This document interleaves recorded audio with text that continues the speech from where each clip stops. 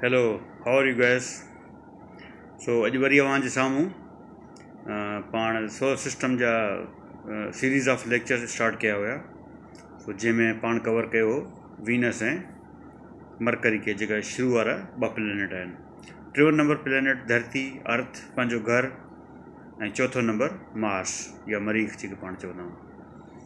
सो पाण धरती जो इंट्रोडक्शन कंदासीं, उन जूं प्रॉपर्टीज़, फीचर्स, जोग्राफी, मौसम, माण्हू, कंटीनेंट, मुल्क, ऐं जेको बि वधीक ॿियो सम्झ में आयो, डिपेंड थो करे त पाण केतिरा लेक्चर्स में इहे शइ कवर थिए थी पई। ठीकु आहे। धरती जेका आहे सिज खां 15 करोड़ किलोमीटर परे आहे, ऐं सिज जी रोशनी धरती ते 500 सेकंडनि में या 8 मिंट 20 सेकंडनि में पहुचंदी आहे। ठीकु आहे। धरती जो जेको डायमीटर आहे, डायमीटर हूंदो आहे हिकु छेड़े का बि स्फेरिकल बॉडी या गोल जीअं बाल आहे, उनजे हिकु छेड़े खां ॿिए छेड़े ते जेको डिस्टेंस हूंदो आहे उनखे डायमीटर चवंदा आहियूं। त धरती खे जेकॾहिं हितां पाण हिकिड़ी राड विझूं ऐं ॿिए पासे ॾांहुं राड निकिरे त उनजी लेंथ बीहंदी वञी तक़रीबन 12,650 लॻभॻि एतिरी किलोमीटर। ठीकु आहे न। पाण को रफ एस्टिमेट वठंदा, धरती जो जेको डायमीटर आहे उहो 12,500 किलोमीटर खां मथे आहे। ठीकु आहे। ऐं धरती 7 खंडनि में विरहायल आहे, ऐं 5 मेजर ओशन्स आहिनि, यानी कि वॾा समुंड: Indian ocean, Pacific ocean, Atlantic ocean, ऐं नॉर्थ आर्कटिक ओशन ऐं साउथ आर्कटिक ओशन, जेके उत्तर ॼमियल समुंड ऐं ॾखिण ॼमियल समुंड बि चइबो आहे। ठीकु आहे। धरती जे पूरी सराउंडिंग में चइनी तरफ़ खां हवा जो हिकिड़ो माहौल आहे, हवा जो मजमू आहे, जेके पाण इन्वायरमेंट चवंदा आहियूं या एटमॉस्फेयर चवंदा आहियूं। उन एयर प्रेशर वग़ैरह उनजो पोएं वीडियो में ज़िक्र आयो हो। ठीकु आहे। धरती पंहिंजे महवर ते या एक्सिस ते बेसिकली 24 कलाकनि में घुमंदी आहे, 24 कलाक। ठीकु आहे। ऐं उनखे पाण हिकु ॾींहुं चवंदा आहियूं, यानी कि पूरो सर्किल पंहिंजे एक्सिस ते। एक्सिस छा हूंदो आहे?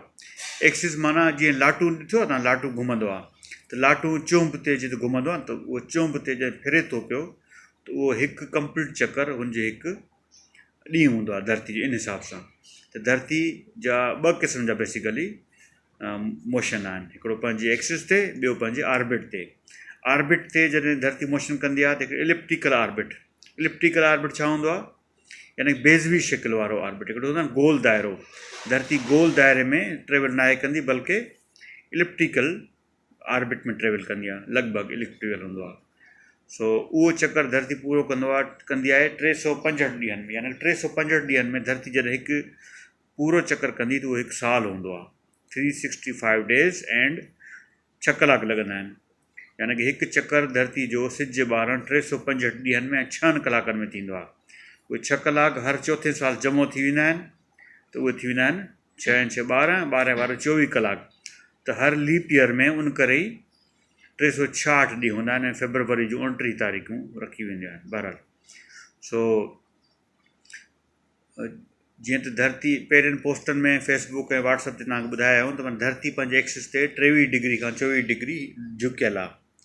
ऐं इहा जेको झुकाव आहे बेसिकली उहो तक़रीबन 4.5 अरब साल पहिरियां धरती जॾहिं जुड़ी चुकी, ठही चुकी, उन दौरान हिकिड़ो प्लेनेट मार्स जी साइज़ जेतिरो हिकिड़ो सियारो धरती सां टकराइजी वियो। उन करे धरती खे हिकिड़ो टिल्ट अची वियो, उनजी इहा रोटेशन ईअं थी वई, छो जो basically face to face collision कोन हुयो, पर स्लाइड कयो वियो। स्लाइड करण जे नतीजे में चंड बि वजूद में आयो। कीअं वजूद में आयो, इन ते पोइ पाण अॻियनि वीडियोज़ में ॾिसंदासीं।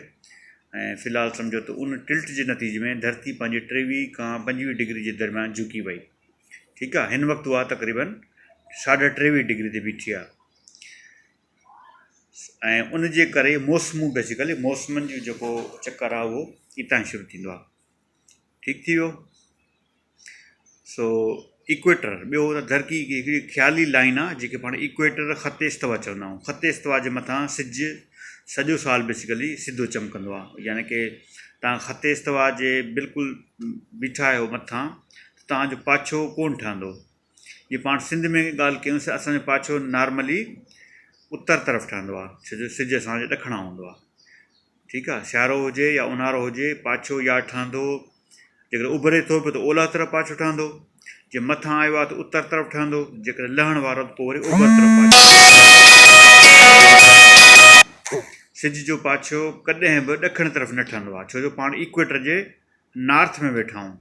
ठीकु आहे, अहिड़े तरीक़े सां जेके इक्वेटर जे साउथ में मुल्क आहिनि, कहिड़ा मुल्क आहिनि इक्वेटर जे साउथ में?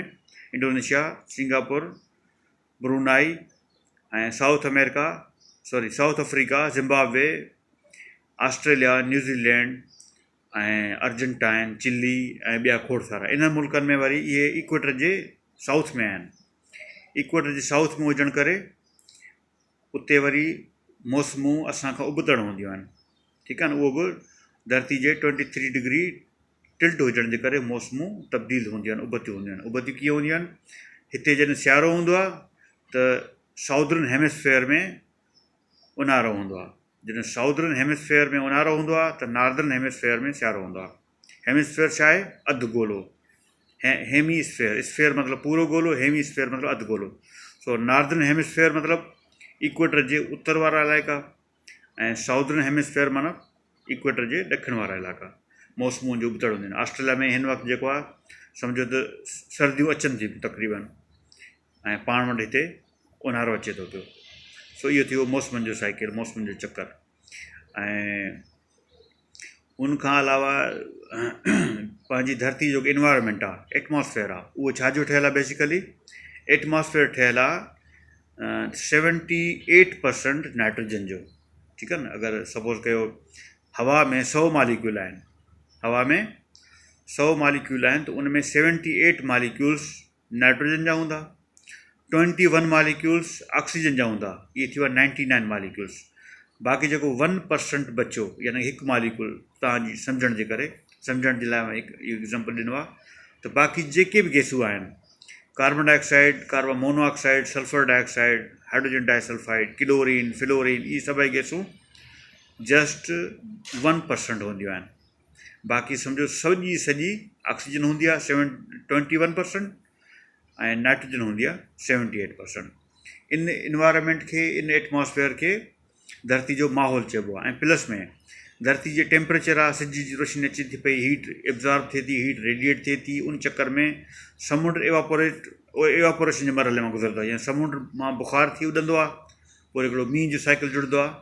चवण जो मतिलबु आहे त उन माहौल में, इन्वायरमेंट में पाणी जा वेपर्स मौजूदु आहिनि, यानी बुख़ारात। ठीकु आहे न। हिकिड़ो सुवालु कंहिं दोस्त कयो त जॾहिं पाण थधो पाणी स्टील जी गिलास विझंदा आहियूं त उनजे ॿाहिरां पाणी छो ठही पवंदो आहे? उहो बेसिकली कंडेंसेशन हूंदी आहे, छो जो एयर में बि मालिक्यूल पाणी जा मौजूदु आहिनि, जब उनखे टेम्परेचर मिलंदो आहे त उहो कंडेंस थी वेंदो आहे। कंडेंस छा हूंदो आहे? कंडेंसेशन जो अमल आहे बेसिकली त जेके बुख़ार आहिनि, पाणी जा वेपर्स आहिनि, उहे मिली करे हिक ॿिए सां कंबाइन थी करे लिक्विड फॉर्म में अची वेंदा आहिनि। यानी कि जीअं स्टीम आहे न, बाफ़ जेका हूंदी आहे, जीअं पाण भाॼी पचाईंदा आहियूं, उतां स्टीम निकिरंदी आहे, बाफ़ निकिरंदी आहे, ऐं ढक ते अची करे उहे कंडेंस थी वेंदा आहिनि, यानी लिक्विडिफाई थी वेंदा आहिनि। छो जो उन्हनि जो टेम्परेचर चेंज थी वेंदो आहे, प्रेशर टेम्परेचर डिफरेंस करे पाणी जेको आहे वेपर में कन्वर्ट थींदो आहे ऐं वापसि लिक्विडिफाई थी वेंदो आहे।